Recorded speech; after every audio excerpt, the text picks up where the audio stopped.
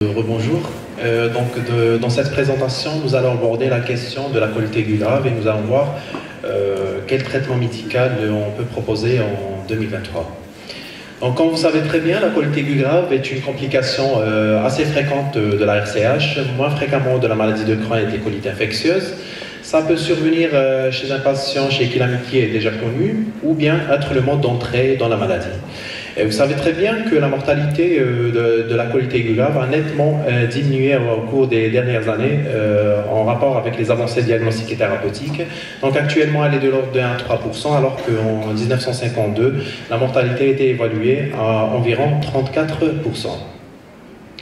Donc, devant une colite aiguë grave, là c'est un grand challenge, puisque non seulement on doit diagnostiquer la colite aiguë grave, et diagnostiquer et traiter les complications, mais aussi on doit diagnostiquer la myquie si elle n'est pas connue, et mettre en route un traitement avec surveillance, et surtout après décider d'un traitement de deuxième, de troisième ligne ou bien d'une colectomie.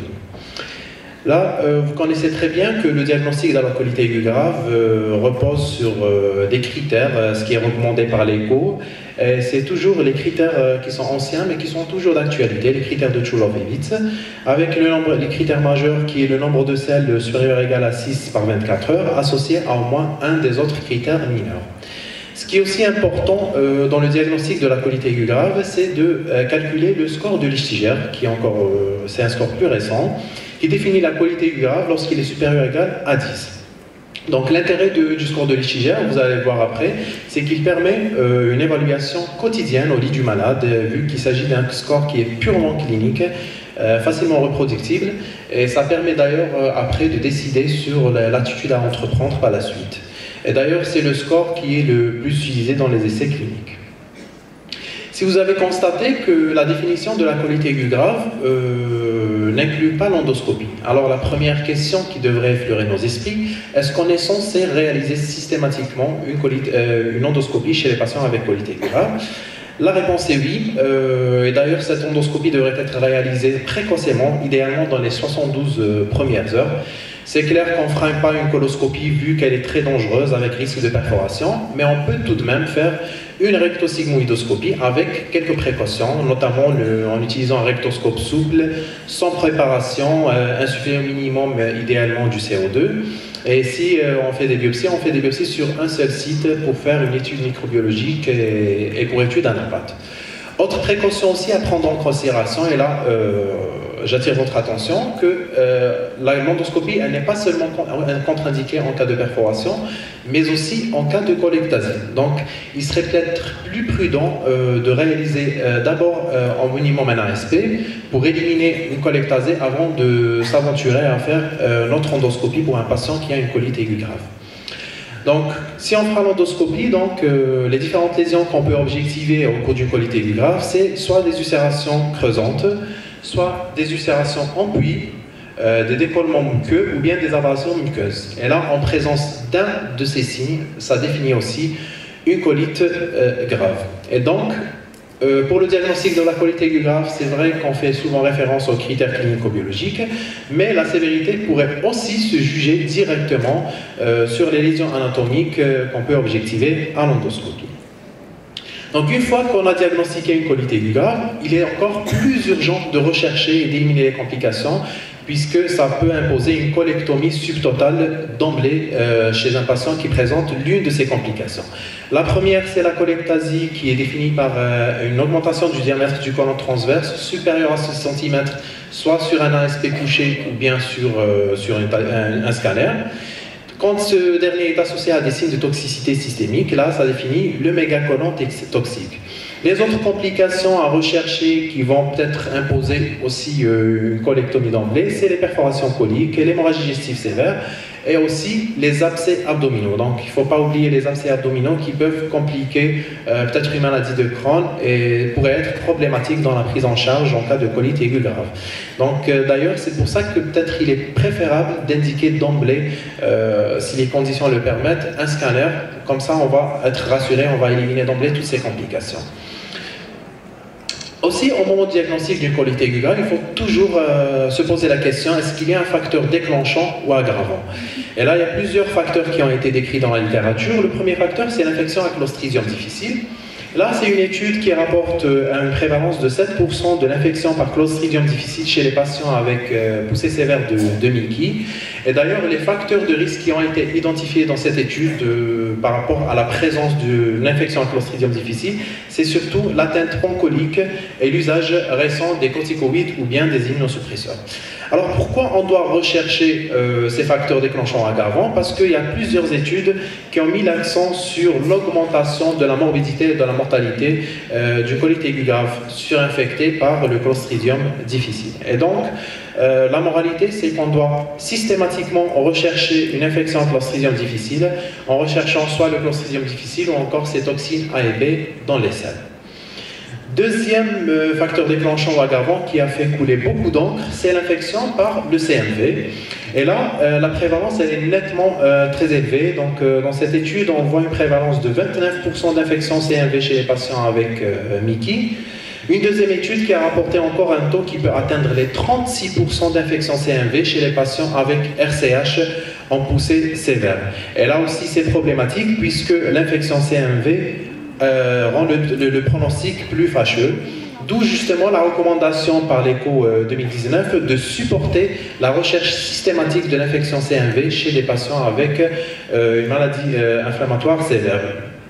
Et donc on recherchera soit les inclusions à l'examen à la pâte après coloration ou par immunohistochimie, qui devrait plutôt être associé à une PCR sanguine. Sinon, on peut, si les conditions le permettent, faire d'emblée une PCR tissulaire sur biopsie à la recherche du CMV.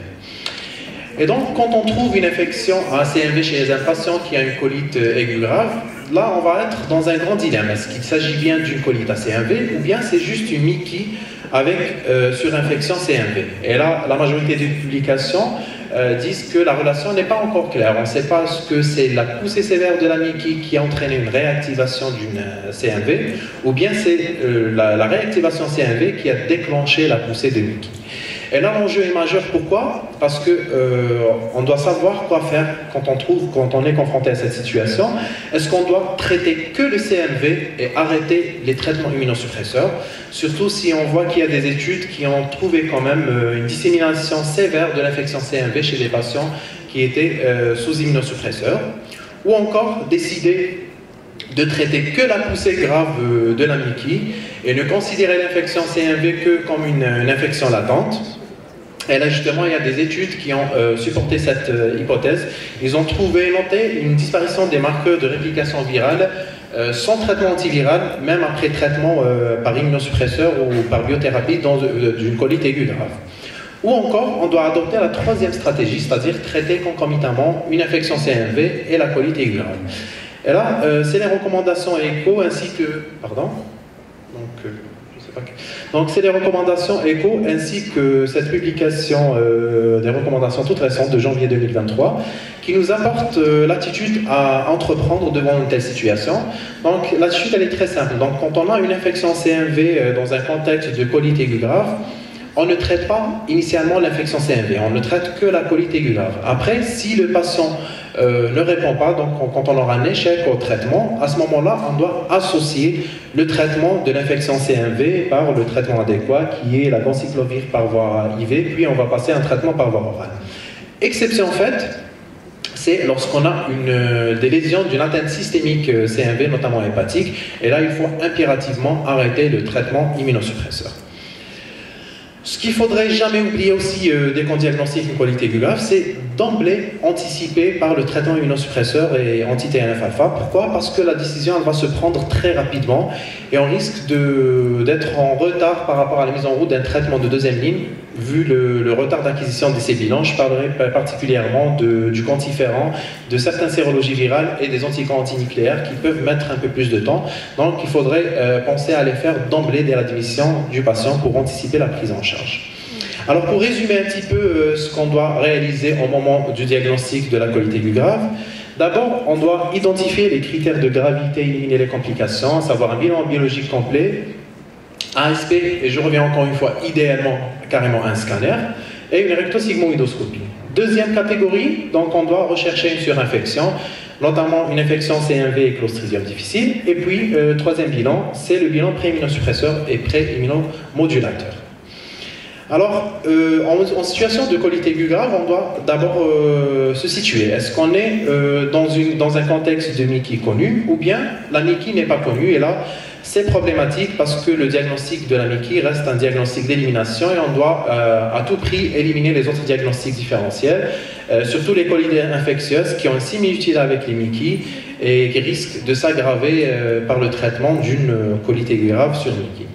Et là, justement, dans cette diapositive, vous allez trouver tous les outils dont on dispose pour éliminer les autres diagnostics différentiels. Vous allez voir, par exemple, pour la colite ischémique, c'est le terrain vasculaire qui va attirer notre attention. En moindre doute, on doit réaliser un angioscan. Pour les colites infectieuses, c'est le terrain, la clinique. Et dans tous les cas, il est systématique de faire l'examen des selles, éventuellement les sérologies et l'histologie. Pourquoi pas, si on a les moyens, une PCR d'emblée dans les selles pour éliminer une cause infectieuse. Pour la colite pseudomembraneuse, donc c'est le terrain, prise d'antibiotiques, la couleur de la diarrhée qui est verdâtre, et si on fait une rectosigmoïdoscopie, on va trouver des pseudomembranes, donc ça va nous orienter. Aussi les colites radiques médicamenteuses, et là surtout on va faire référence au terrain et aux antécédents pour faire un petit peu la part des choses. Après, quand on est devant une authentique colite aiguë grave sur Mickey, donc notre prise en charge va se dérouler sur